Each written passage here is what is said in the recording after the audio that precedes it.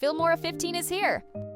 There's a bunch of cool new features, but in this video, I'm mostly going to focus on two of my favorites, AI Extend and Animated Charts.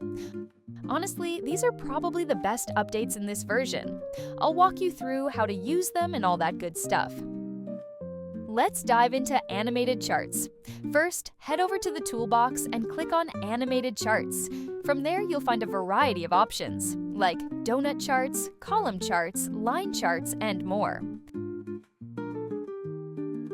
Now, to customize your chart, let's start by updating the header. I'm going to change mine to Pie Chart of Favorite Fruits. To adjust the data itself, simply click on the Data tab here. You'll see two key sections, Type and Number. Under Type, you can change the names of your chart categories. And for the Number section, that's where you adjust the values. Just input your numbers. It's that simple. Of course, you can customize the colors of your chart. You can choose from a pre-made color palettes. Or if you prefer, individually change each segment's color under the Segments section.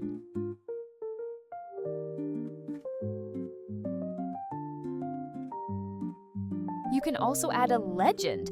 It adds this small section of the colors and names. You can also change the chart's animation, the background, and so much more. Once you're happy with everything, just click Add to Timeline and you're done. Ever had a video that cuts off too early? Don't worry, Filmora's AI Extend can fix that. With this feature, you can stretch your clips.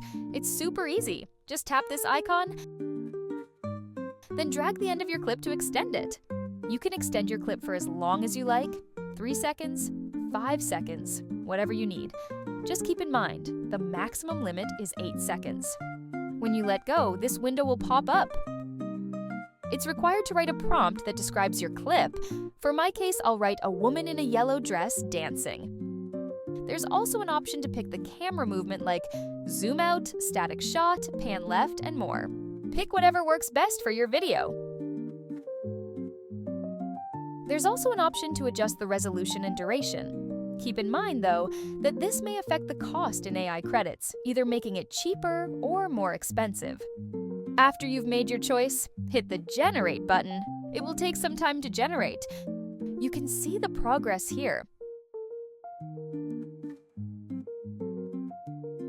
It's done. Let's see the result.